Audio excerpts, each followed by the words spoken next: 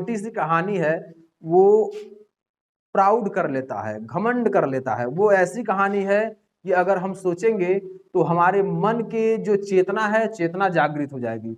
एक बार की बात है, हमारे शरीर के बहुत सारे अंग हैं जो सभी मिलकर के एक सुसंगठित वर्क करते हैं, ठीक है। तो जब सुसंगठित वर्क करते हैं तो एक बार की बात है, सभी अंग सोचे कि हम लोग इतना काम करते हैं, इतना काम करते हैं, लेकिन जो मेरा पेट है, स्टोमच, वह केवल आराम करता है।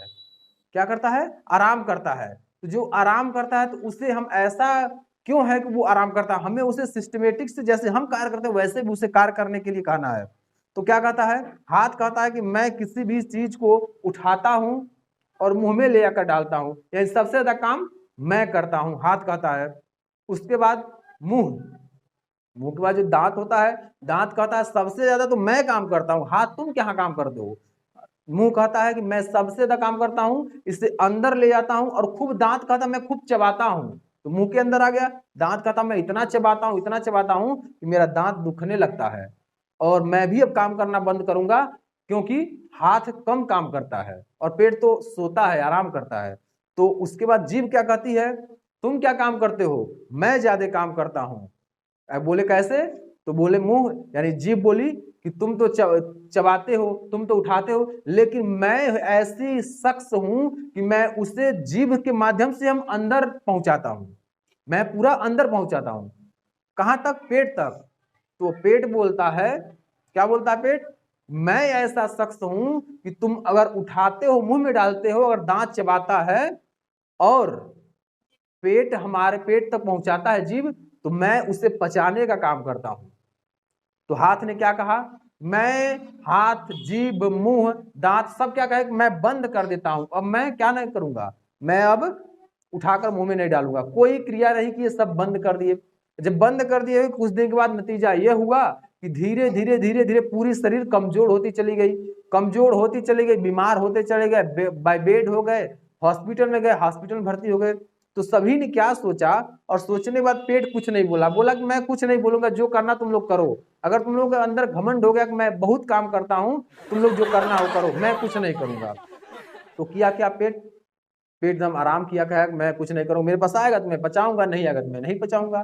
तो उसके बाद सबने देखा कि मेरे अंग हाथ का, मैं एकदम कमजोर हो रहा हूं, मैं बीमार हो रहा हूं, मैं बेड हो गया हूं, मेरे अंदर इंजेक्शन लग रहा है, मैं और दर्द से चीख रहा हूं।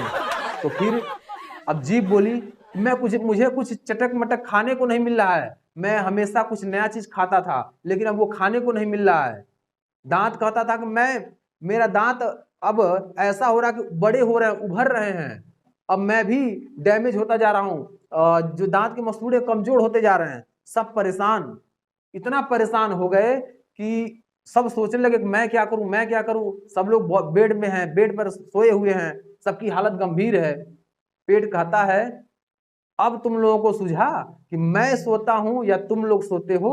तो पेट ने कहा अगर शरीर के जितने अंग हैं सभी सही ढंग से कार्य नहीं करेंगे तो कोई कार्य सही ढंग से नहीं होने वाला है।